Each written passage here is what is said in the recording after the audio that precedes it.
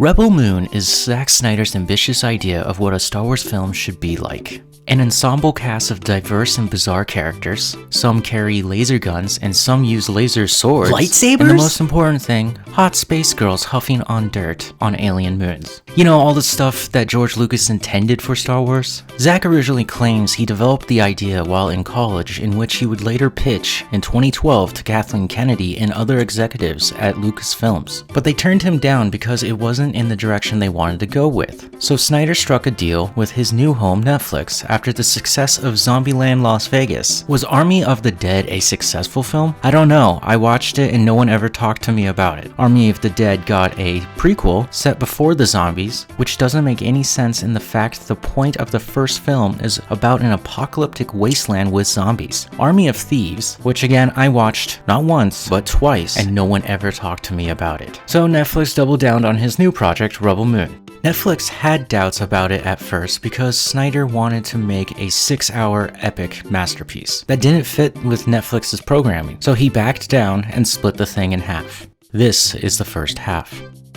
Child of Fire begins like all Star Wars films, with text, but not a single scroll effect, and a narration by the beloved actor Anthony Hopkins, who later voices the iconic character Jimmy, telling you about the universe and an evil empire that seeks to destroy the rebels who pose a threat on their stronghold of this universe. We are then introduced to our motherland location, Velt, an outer rim agricultural moon, where a young woman, Cora, is tilling the fields while everyone else is at the longhouse f***ing. We see the people who inhabit Velt are simple farmers and demonstrate Viking-esque rituals like playing wood pipes and drinking of the ale. When morning comes, so does the Empire, which shows off the display of bizarre fusion to the liking of Nazis and demon-faced dudes holding what I would assume are holy relics, and your stereotypical sci-fi soldier dudes with guns. Their leader, Atticus, offers a deal to the people of Velt. If they offer a fraction of their grain for the Empire, they would be rewarded for their troubles as well as not being harmed. In this deal, another resident of the moon speaks out of turn about how they couldn't make this transaction to the Empire due to the fact that it would take time and resources from them. This idiot's name is Gunnar, who because of this shocking revelation causes an altercation between the leader of Velt and Atticus, who publicly executes him in front of the villagers. Atticus leaves the moon, now demanding that they have no other option but to surrender all the grain yield to the Empire. What great writing, yay! Atticus leaves Velt with a small amount of troops on the ground to oversee the production of the grains. In this troop is a small and nearly meaningless soldier known as Eris. Eris later opens a box that now reveals Jimmy. Jimmy is super important because, well, all we know is that a long time ago the king of the Empire had an army of robots that faithfully followed him into any conflict until he was assassinated. Because of this contrived BS, Jimmy has now taken a vow of non-violence. One night, the rest of the Siffy soldier boys get mad horny and turn their gaze to a young woman from the village who is known for being 1. young, 2. gives water, and decided to get really frisky with her. Eris tries to stop this, but he is too weak when all of a sudden Cora appears and engages in a slow motion battle that feels like a high schooler just learned Final Cut 10, but doesn't fully grasp the actual moment when to utilize this stylized editing technique. Cora almost kills all of them when at the end Jimmy comes in and shoots just one round and kills the last occupying troop on Velt. With the exception of Jimmy and Eris,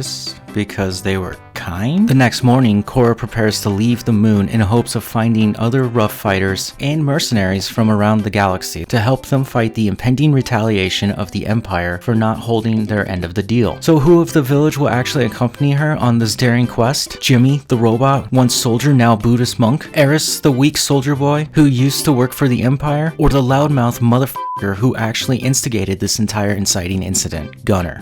Yeah, so it's just Cora and Gunnar going off on wacky space adventures to find this franchise Guardians of the Galaxy.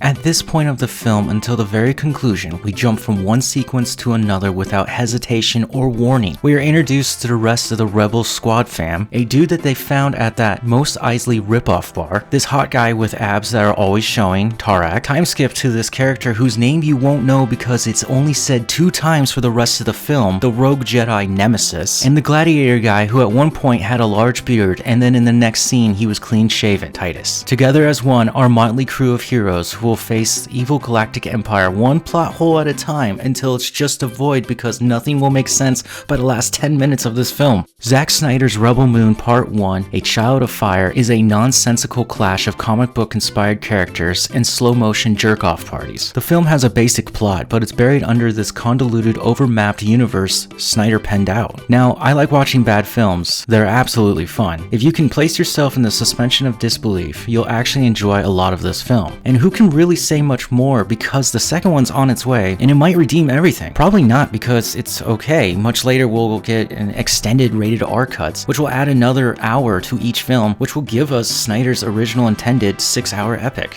3 out of 5 stars.